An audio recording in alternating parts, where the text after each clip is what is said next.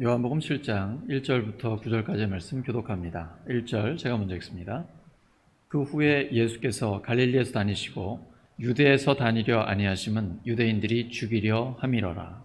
유대인의 명절인 초막절이 가까운지라. 그 형제들이 예수께 이르되 당신이 행하는 일을 제자들도 보게 여기를 떠나 유대로 가소서. 스스로 나타나기를 구하면서 묻혀서 일하는 사람이 없나니 이 일을 행하려 하거든 자신을 세상에 나타내소서 하니, 이는 그 형제들까지도 예수를 믿지 아니함이러라. 예수께서 이르시되 내 때는 아직 이르지 아니하였거니와 너희 때는 늘 준비되어 있느니라. 세상이 너희를 미워하지 아니하되 나를 미워하나니 이는 내가 세상의 일들을 악하다고 증언함이라. 너희는 명절에 올라가라. 내 때가 아직 차지 못하였으니 나는 이 명절에 아직 올라가지 아니하노라. 함께 읽습니다. 이 말씀을 하시고 갈릴리에 머물러 계시니라. 아멘. 요한복음 13번째 시간 분별력이라는 제목으로 하나님의 말씀 전하겠습니다. 저희 어제 오후에는 목회자들하고 함께 처음으로 4층에 있는 실버실에서 한번 회의를 해봤습니다. 항상 지나만 다녔고 들어가 보질 못해가지고 소파가 너무 예쁜 거예요. 그래서 오늘은 한번 거기서 회의를 한번 해보자 그래서 소파에 앉으라고 이렇게 얘기를 하고선 제가 가운데에 앉았습니다. 그랬더니 박 목사님하고 지 목사님은 이제 가운데 탁자가 있으니까 자료를 올려놓고 바닥에 앉아서 회의를 하는 게 더 편하다고 그러더라고요. 그래서 두 사람은 바닥에 이렇게 앉았어요. 제가 이렇게 가만히 보니까 저는 그냥 소파에 앉아도 괜찮겠더라고요. 회의를 하는데 전혀 불편함이 없었습니다. 그냥 눈높이가 비슷했습니다. 진짜 좋은 목사님들이 오셨어요. 앉은 키가 얼마나 큰지. 우리가 지난 시간까지 요한복음 6장에서 이제 오병이어의 이적을 보았죠. 그리고 나서는 예수님이 충격적인 말씀을 던지십니다. 내가 하늘로부터 온 생명의 떡이다. 그러니까 내 살을 먹고 내 피를 마셔라. 너무 어려운 거예요, 이 말씀. 그러면 예수님을 먹는다 그러면 예수님처럼 살아야 되는데 너무 말씀이 어렵다. 그러면서 대부분의 제자들이 다 떠나갑니다. 딱 12명. 예수님이 밤새도록 기도하고 세웠던 그 특별한 12명만 거기에 남게 되죠. 그리고 베드로가 정말 어록에 남을 만한 말을 던집니다. 영생의 말씀이 주님께 있으니 저희들이 어디를 가겠습니까? 그리고 나서는 예수님이 이제 유대 쪽에서는 활동을 안 하세요. 오병이어의 이적을 베푸신 곳도 바로 갈릴리 지역이거든요. 북쪽입니다. 남쪽으로 가질 않아요. 여러분 5장 기억하시죠? 5장에 있을 때 예수님이 38년 된 환자를 고쳐주셨잖아요. 근데 그날이 안식일이었습니다. 안식일에 병자를 고치는 일을 하면 안 된다라고 얘기를 하는 거예요. 그때 예수님께서 아버지께서 이제까지 일하시니 나도 일한다 라고 말씀하세요. 안식일 법을 어긴 것뿐만 아니라 30대 초반의 청년이 자기를 하나님과 동등되게 이야기를 하는 거예요. 이 사람들이 신성모독으로 예수님을 죽이려고 합니다. 요한복음 5장 18절 보시죠. 시작. 유대인들이 이로 말미암아 더욱 예수를 죽이고자 하니 이는 안식일을 범할 뿐만 아니라 하나님을 자기의 친아버지라 하여 자기를 하나님과 동등으로 삼으심이러라. 신성모독. 종교 중심 사회에서 신성모독은 가장 무서운 것입니다. 오늘날도 마찬가지 아닙니까? 특별히 이슬람권 이것이 심한데요. 그러니까 예수님은 이제 죽음으로 내몰리는 상황 가운데 있었습니다. 근데 예수님은요, 무모하지 않으십니다. 죽을 줄 뻔히 아는데 거길 가진 않으세요. 왜냐하면 아직 때가 안 됐기 때문에. 예수님이 공적으로 많은 사람들 앞에서 예루살렘으로 올라가 십자가에서 죽어주시고 하나님의 아들임을 드러낼 그때는 아직 안 된 거예요. 그래서 갈릴리 북쪽에서만 활동을 하고 계십니다. 예수님이 38년 된 그 환자를 고쳐주심으로 인해서 큰 어려움을 당하게 됩니다. 사실은 38년 동안 병 때문에 늘 죽을 수도 있고 자기 스스로는 움직일 수도 없는 사람, 마치 저주받은 인생 같은 그를 위해서 치료해 주셨더니 그의 저주를 예수님이 대신 받은 것 같은 그런 상황, 그리고 죄인으로 내몰리는 상황이 됩니다. 사도 바울은 갈라디아서 3장 13절에 이렇게 표현하죠. 그리스도께서 우리를 위하여 저주를 받은 바 되사 율법의 저주에서 우리를 속량하셨으니 기록된 바 나무에 달린 자마다 저주 아래에 있는 자라 하였습니다. 우리 대신 예수님이 저주를 당하셔서 우리를 저주로부터 풀어주시고 하나님의 자녀로 하나님의 나라를 누리게 해주신 것입니다. 이제 이때가 유대인의 명절인 초막절 즈음입니다. 유대에는 3번의 중요한 절기가 있습니다. 이때마다 남자들은 모두 예루살렘으로 가야 하는데요. 첫째는 6월절이죠. 출애굽을 기념해서 우리를 구원하신 하나님을 찬양하고 감사하는 것입니다. 두 번째는 그때부터 77절, 이게 7주가 지나는 겁니다. 77에 49, 오순절이라고도 합니다. 우리는 성령이 강림한 그 절기죠. 근데 출애굽한 이후에 시내산에서 하나님의 말씀을 받았습니다. 그 율법을 받은 것을 기억하고 기념하는 때가 바로 오순절입니다. 그 다음이 초막절인데 광야 생활할 때 이스라엘 백성들 집이 없잖아요. 그래서 장막, 초막을 치고 생활했던 그 고통의 시기를 우리가 기억해야 된다. 그럼에도 불구하고 고난의 때에 하나님께서 낮에는 구름 기둥으로 밤에는 불 기둥으로 우리를 인도하시고 보호하셨던 것을 기억하면서 감사하는 그 절기가 바로 초막절입니다. 그런데 이 초막절에 되면 수많은 사람들이 예루살렘으로 모여들게 되거든요. 그때 예수님의 동생들이 형님한테 얘기하는 거죠. 형님, 이왕 이러한 능력을 갖고 있고 놀라운 말씀을 가르치고 있는데 사람들 많이 모였을 때 한 방에 한번 스타가 돼주시죠. 절호의 기회 아닙니까? 거기에 가서 오병이어의 기적 같은 거 한 번만 일으켜주면 최소의 일을 가지고 최대의 효과를 낼 수 있는, 홍보하기에는 정말 적절한 시기입니다. 예루살렘으로 가서 유대에서 자기를 드러내라고 이야기를 합니다. 당연히 마케팅하려면 이렇게 해야 되는 거 아닙니까? 근데 예수님은 내 때가 아니다 라고 말씀하셔요. 너희 때는 항상 준비가 되어 있지만 지금은 나의 때가 아니다. 그러니까 아직 나는 명절에 올라가지 않겠다라고 말씀하세요. 그리고 나서 명절 중간쯤에서 올라가신다. 초막절이 8일 동안 진행이 되는데 중간쯤 은밀하게 올라가십니다. 예수님의 동생들은 드러내라고 얘기하는 거예요. 이게 하나님의 사람들을 타락시키는 것입니다. 사람들에게 드러내는 거죠. 사람에게 보이려고 하는 것이죠. 사람들에게 인기가 올라가는 것이죠. 예수님이 공사역을 시작하시기 전에 40일 금식할 때 이미 이러한 시험은 받으셨습니다. 마귀가 와서 저 성전 꼭대기에 올라가 봐. 너 하나님의 아들이라면, 만약에 네가 하나님의 아들이라면 한번 거기서 뛰어내려 봐. 여러분, 여기서 마귀의 말에 넘어가면 안 됩니다. 여기 만약이라고 했습니다. 예수님을 하나님의 아들로 인정하지 않습니다. 만약이라는 가정법을 쓰고 있는 거예요. 우리도 마찬가지입니다. 우리 예수님을 믿고 하나님의 자녀가 되었습니다. 근데 끊임없이 마귀는 우리에게 얘기합니다. 야, 네가 하나님의 딸이야? 네가 하나님의 아들이야? 만약에 그렇다면 어떻게 이럴 수가 있어? 라고 우리를 계속해서 정죄하고 시험하는 것입니다. 이건 마귀의 유혹, 템테이션입니다. 넘어가면 안 됩니다. 마귀는 이렇게 얘기하는 거죠. 성전 꼭대기에서 떨어지면 그때 기록된 말씀까지 인용합니다. 시편에 기록된 대로 천사들이 와서 너를 받쳐줄 거야. 그럼 사람들이 우와 대단해, 인기 절정에 오를 거야. 이게 마귀의 방법입니다. 마귀는 십자가 없는 지름길을 선택하라고 합니다.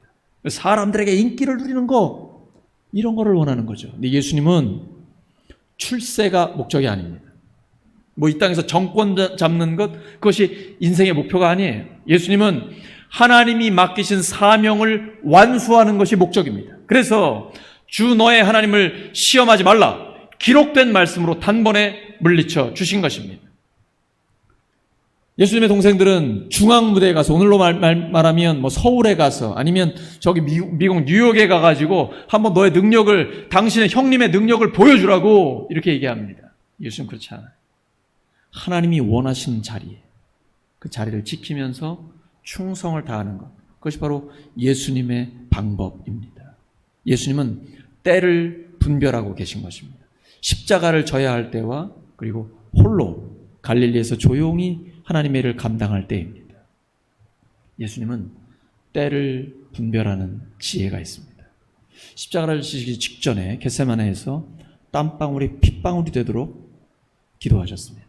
그리고 채찍에 맞고 못 박혀서 그 극심한 고통 가운데 엘리 엘리 라마 사박다니, 나의 하나님 나의 하나님 어찌하여 나를 버리셨나이까.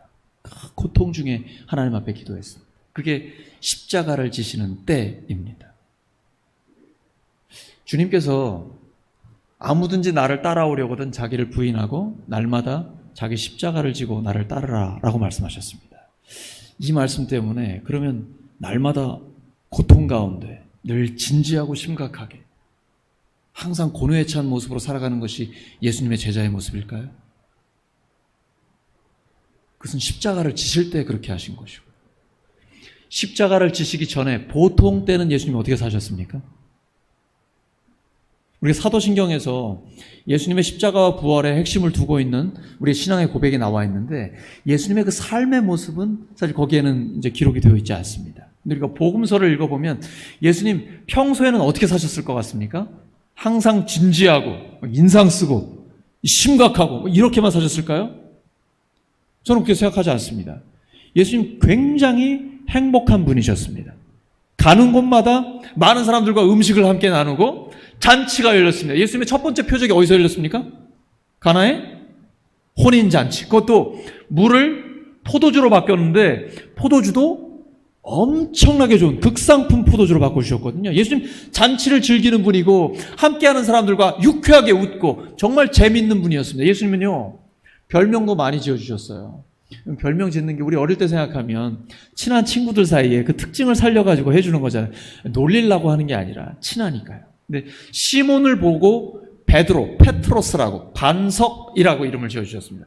시몬이 많이 부담스러웠을 것 같습니다. 사실 시몬의 삶을 보면 그렇게 반석 같은 삶은 아니었잖아요. 이랬다 저랬다 하기도 하고 말보다 행동이 빠르고 말을 해도 지키지도 못하고 이랬잖아요. 근데 예수님은요, 미래에 대한 소망을 주시는 거예요. 비전을 주시는 거예요. 네가 비록 지금은 부족하지만 내가 너를 반석같이 만들어 주겠다. 근데 정말 예수님의 죽으심과 부활의 복음을 믿고 성령이 그에게 임하고 성령의 충만함을 받자 반석이 됐어요. 나중에는 순교하는 자리까지 나아가게 됩니다. 예수님은 지금을 보는 게 아니라 미래를 보고 그에게 소망을 주시는 거예요. 그런가 하면 야고보와 요한 같은 제자에게는 뭐라고 하십니까? 우레의 아들 보아노게라고 합니다. 왜냐면 야고보와 요한은요, 성격이 굉장히 급하거든요. 예수님과 예수님의 제자들을 맞이하지 않으니까 주님 당장 불을 내려서 저들을 확 태워버리십시오. 야, 예수님 이러셨을 것 같아. 너희들 성격이 왜 이렇게 급하니? 너희들 진짜 번개불에 콩고 먹겠다고 하겠다. 그러면서 주신 별명이 천둥의 아들 이렇게 지어주시거든요. 그럼 예수님이 제자들만 별명을 지어주시느냐? 아닙니다.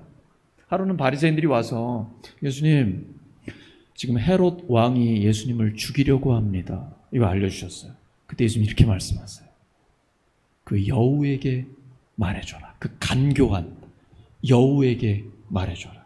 내가 오늘은 귀신을 쫓아내고 하나님의 말씀을 선포하고 표적을 드러내고 그리고 계속해서 하나님의 일을 감당하겠다라고 주님 말씀하시거든요. 예수님은요, 너무너무 재밌고 유쾌하고 그리고 재치가 번뜩이는 그런 분이에요. 그러니까 예수님의 말씀을 듣는 사람들은 즐거워했다는 것이 성경에 기록되어 있습니다.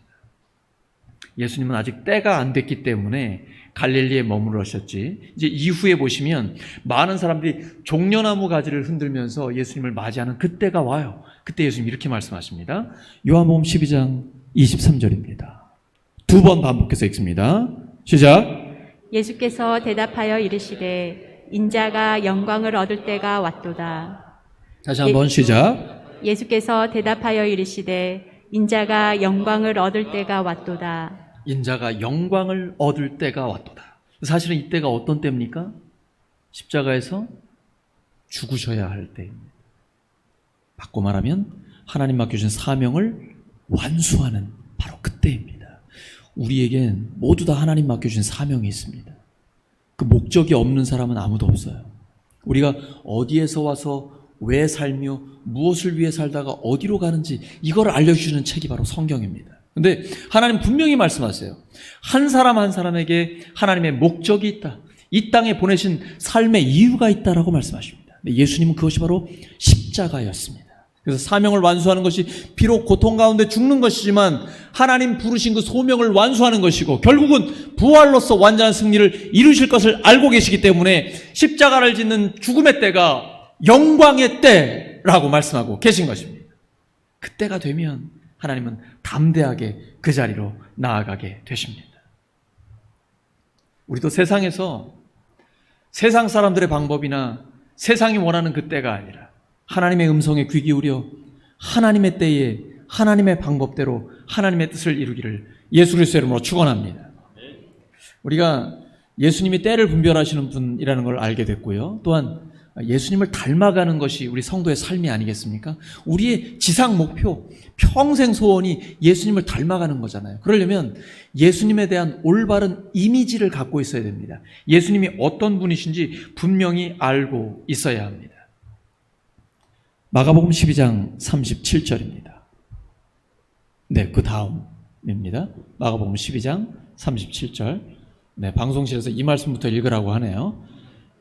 마가복음 3장 16절과 17절 시작. 이 12를 세우셨으니 시몬에게는 베드로란 이름을 더하셨고 또 세베대의 아들 요고보와 야고보의 형제 요한이니 이 둘에게는 보아너게 곧 우레의 아들이란 이름을 더하셨으며. 예수님이 이렇게 별명을 지어주시면서 즐겁게 이렇게 제자들과도 생활을 하셨거든요. 제가 지금 이제 방송실이 하자는 대로 잘 따랐는데 요즘 제가 결혼한 지 이제 한 25년 정도 됐습니다. 얼마 안 됐죠. 그래서 살면 살수록 아내의 말을 잘 듣는 게 지혜다 이런 생각이 들더라고요. 근데 제가 요즘 여성 호르몬이 좀 많아지는 것 같아요. 자꾸 눈물이 나요. 이번에 2박 3일 동안 그 목회자를 위한 가정교회 컨퍼런스에 참석을 했는데 사례 발표 간증을 들으면서 또 하나님 말씀을 들으면서 자꾸 감동이 돼서 자꾸 눈물이 나는 거예요. 그러니까 아내가 옆에서 이렇게 쓱 휴지를 주면서 닦으라고 이렇게 하더라고요. 아내는 의젓하게 이렇게 주면서. 제 아내는 남성 호르몬이 점점 더 많아지는 것 같아요. 점점 더 의젓해지는 것 같습니다. 근데 이번에 컨퍼런스를 참석해서 들으면서요, 우리 교회가 가고 있는 길이 신약 성서에 기록되어 있는 성경적인 교회를 세우는 그 길을 걷고 있는데, 우리가 외롭지 않구나. 우리와 뜻을 같이 하는 사람들, 동지들, 동역자들이 이렇게 많이 있구나. 그걸 확인했어요. 그래서 그러한 간증을 듣고 이렇게 말씀을 쭉 들으면서 너무 기쁜 거예요. 너무 감동이 되는 거예요. 여성 호르몬이 많아져서 그런 것도 있겠지만. 그러다 보니까 그 예수님의 성품이 너무 궁금해져요. 예수님 점점 더 닮고 싶잖아요. 예수님 어떠시냐? 심지어 예수님을 대적하는 사람들이 왔을 때 예수님을 막 공격하는데요, 예수님은 한마디로 이겨버려요. 마가복음 12장 37절입니다. 시작. 다윗이 그리스도를 주라 하였은즉 어찌 그의 자손이 되겠느냐 하시니 많은 사람들이 즐겁게 듣더라. 많은 사람들이 어떻게 듣더라? 즐겁게 듣더라. 왜냐면요, 다윗이 그리스도를 주라고 고백하거든요. 시편을 보면 다윗의 시편인데 그리스도를 주님이라고 고백해요.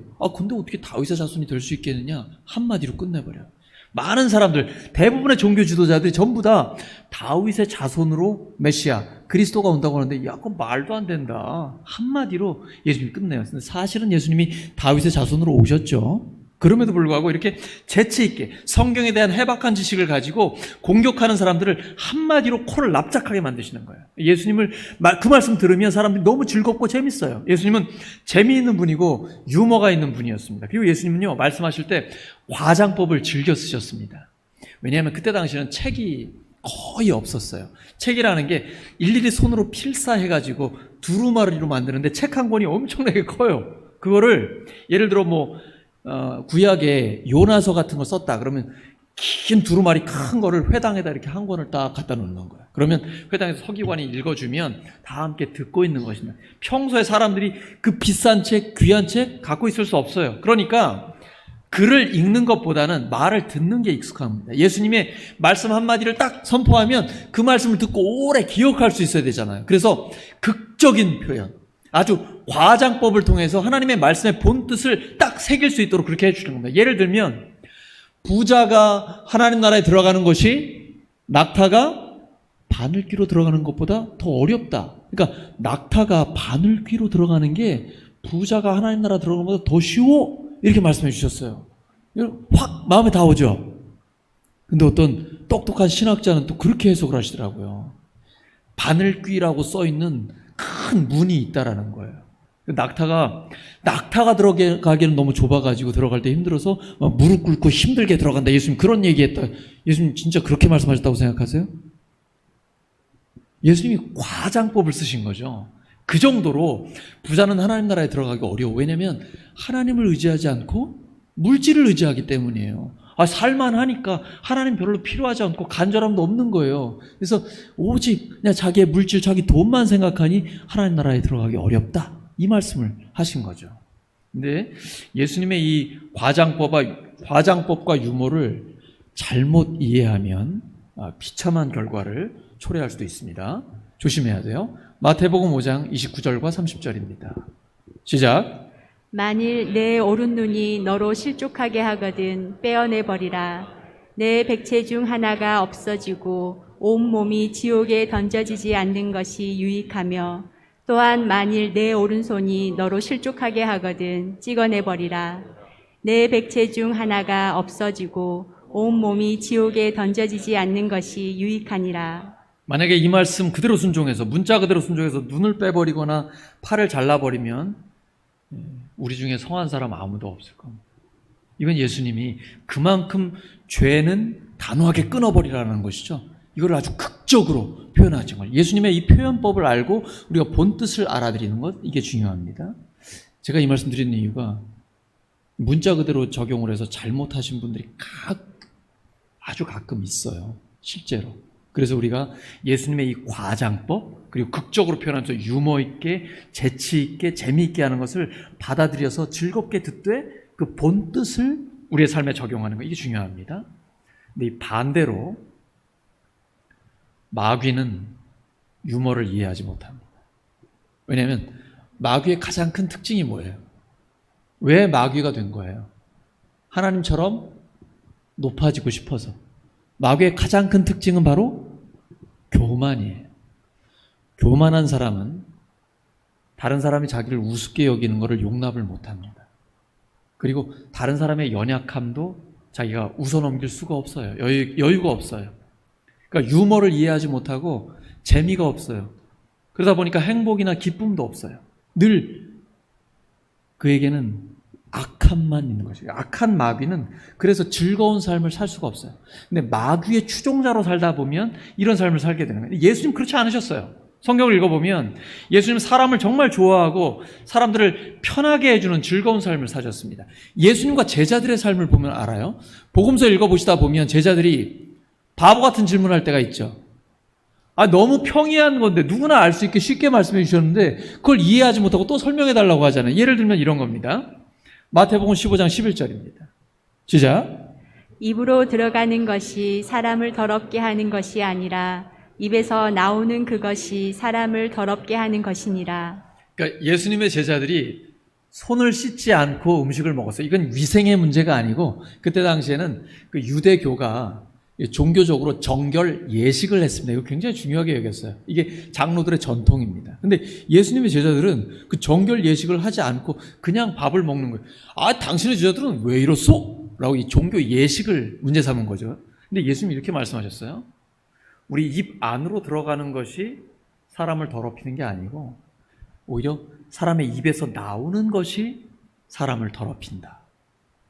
이 말씀 어렵나요? 누구나 알아들을 수 있는 거잖아요. 어려워요? 베드로가 그때 졸았는지 너무 피곤했는지 힘들어가지고 예수님한테 개인적으로 여쭤보는 거예요.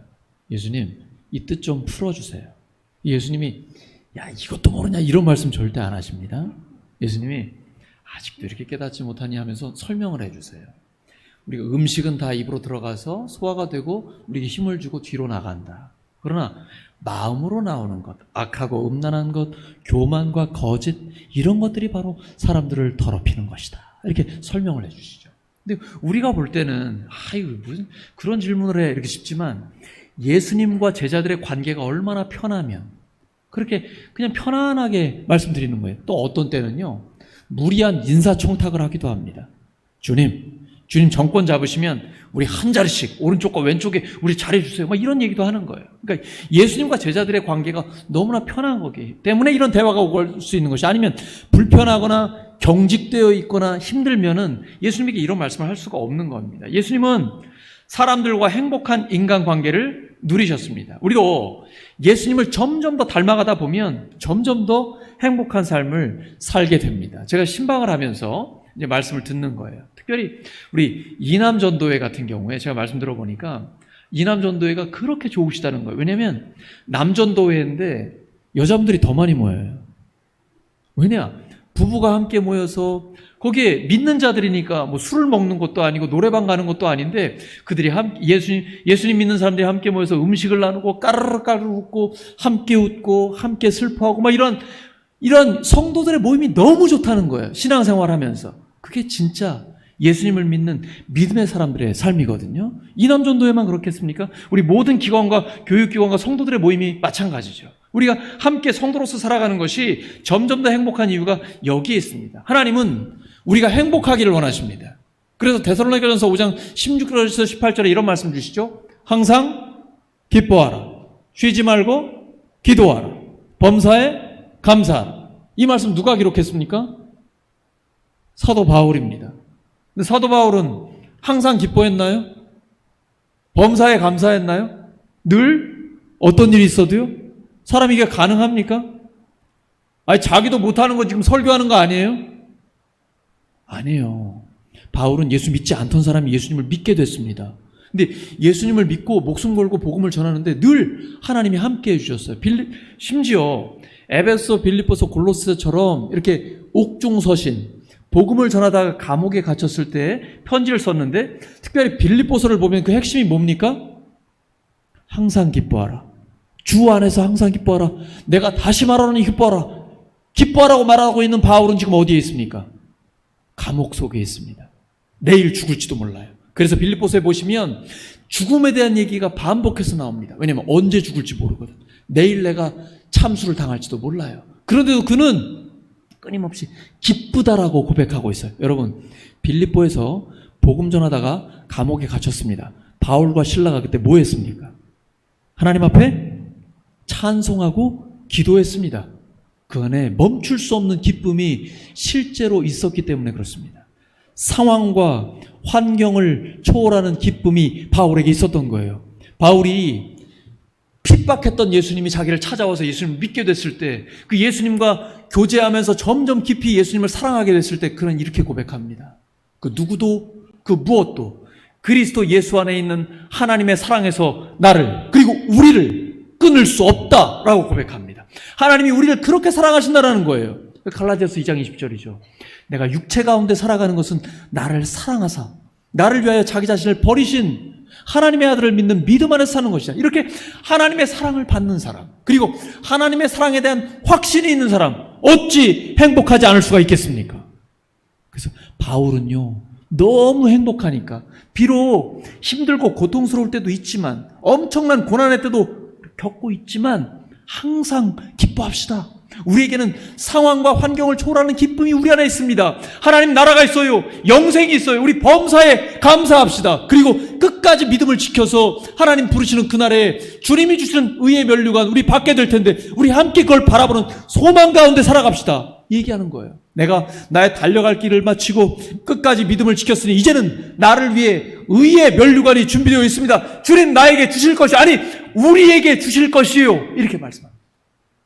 사도 바울 개인의 문제가 아니라 이제 우리 모두가 믿음으로 영생을 누리며 그리고 소망 가운데 살아간다. 그러니 행복하지 않을 수 있겠습니까? 예수님 믿는 사람, 예수님처럼 점점 더 행복해지고 그리고 사도 바울처럼 점점 더 상황을 초월하는 환경을 극복하는 그 변하지 않는 기쁨이, 행복이 우리 안에 있는 것이죠. 그래서 예수님을 믿으면 믿을수록 점점 더 행복해질 수밖에 없는 것입니다. 옆 사람 축복해 주시기 바랍니다. 당신은 점점 더 행복해질 수밖에 없습니다.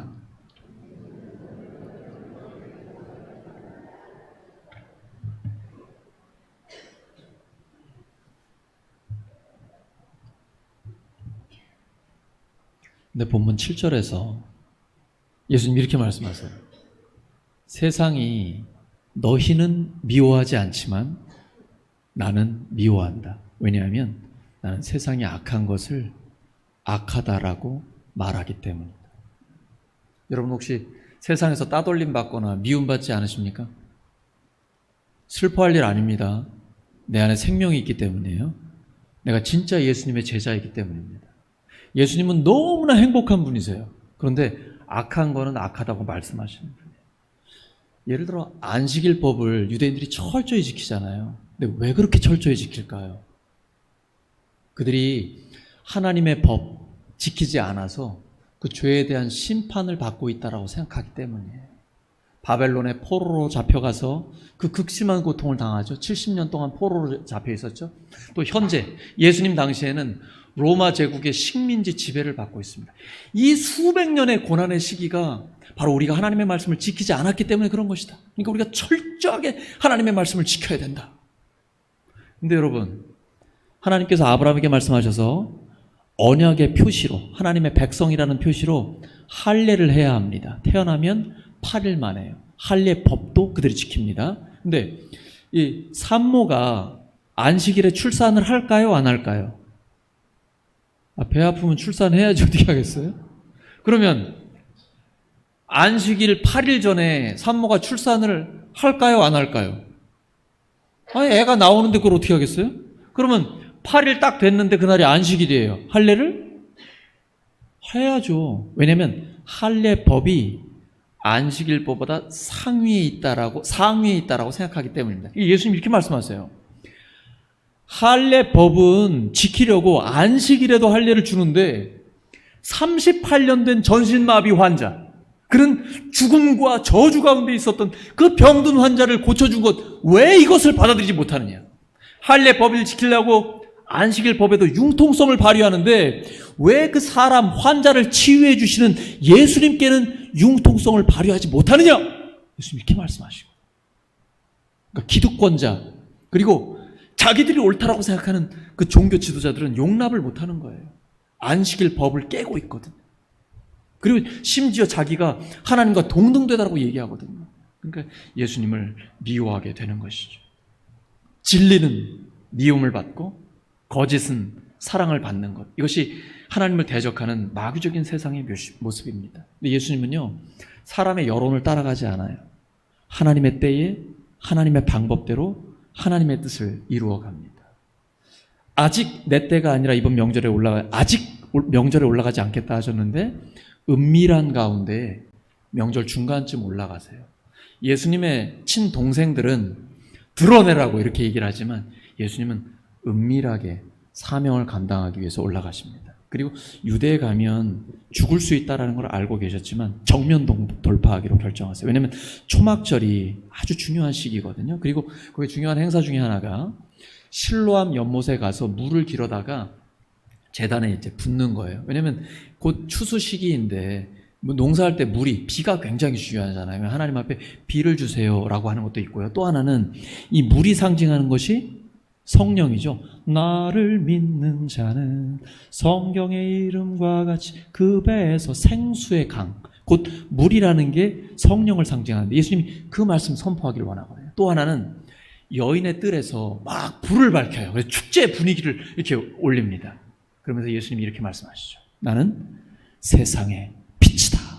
이제 초막절에 수많은 사람들이 모였을 때 그 예수님의 말씀을 선포하기 위해 은밀한 가운데 올라갔어요. 사람들에게 인기를 얻거나 이게 목적이 아니고 하나님의 말씀을 선포하고 그리고 하나님의 뜻을 이루는 것, 이것이 예수님의 목적이었기 때문에 그렇습니다. 근데 사람들이요 이러쿵저러쿵 예수님에 대해 말을 많이 합니다. 어떤 사람들은 좋은 사람이라고 이야기도 하고 어떤 사람들은 사람들을 미혹하고 있다라고 합니다. 근데 여기 미혹한다는 게 굉장히 위험한 단어입니다. 신명기 13장 1절에서 3절입니다. 시작. 너희 중에 선지자나 꿈꾸는 자가 일어나서 이적과 기사를 내게 보이고 그가 내게 말한 그 이적과 기사가 이루어지고 너희가 알지 못하던 다른 신들을 우리가 따라 섬기자고 말할지라도 너는 그 선지자나 꿈꾸는 자의 말을 청종하지 말라. 여기 지금 미혹하는 거죠. 그러니까 너희가 알지 못하던 다른 신들을 우리가 따라 섬기자라고 말할 때 따르지 마라 뿐 아니라 바로 그 뒷부분에 보면 그렇게 미혹하는 거짓 선지자를 죽이라고 기록이 되어 있습니다. 이게 신명기고 율법 하나님의 말씀이에요. 사도 바울이 되기 전에, 사도 바울로 변화되기 전에 청년 바리새인 사울은 예수님의 제자 스데반이 순교를 당할 때 이건 죽어서 마땅하다라고 찬성표를 던지고 돌을 던지는 사람들의 옷을 지켜주었습니다. 왜냐하면 예수는 거짓 선지자라고 확신했기 때문입니다. 그리고 예수의 제자들 역시 거짓 선지자인 예수를 추종하고 있다라고 믿었기 때문이에요. 이제 예수님이 초막절에 올라갔을 때 그 유대인들에게 예수는 거짓 선지자다, 미혹하는 자다, 그러므로 죽여야 한다라는 이런 여론이 팽배해가고 있는 상황이었습니다. 굉장히 위험한 시기였죠.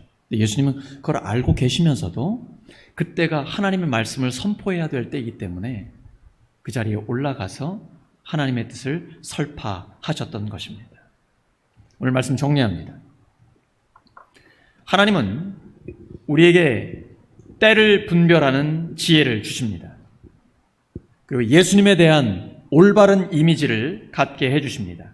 우리가 예수님을 닮아가는 것이 우리 그리스도인들의 목표인데 평생 추구해야 될 삶의 지향점인데요. 예수님이 어떤 분이신지를 우리가 정확하게 알아야 됩니다. 예수님은 정말 행복한 분이셨습니다. 예수님을 닮아가는 우리도 점점 더 행복해질 수밖에 없습니다. 그 행복이 자연스럽게 전해져서 더 많은 영혼들을 구원하고 제자 삼는 우리 모두가 되기를 예수 그리스도의 이름으로 축원합니다. 함께 기도합니다.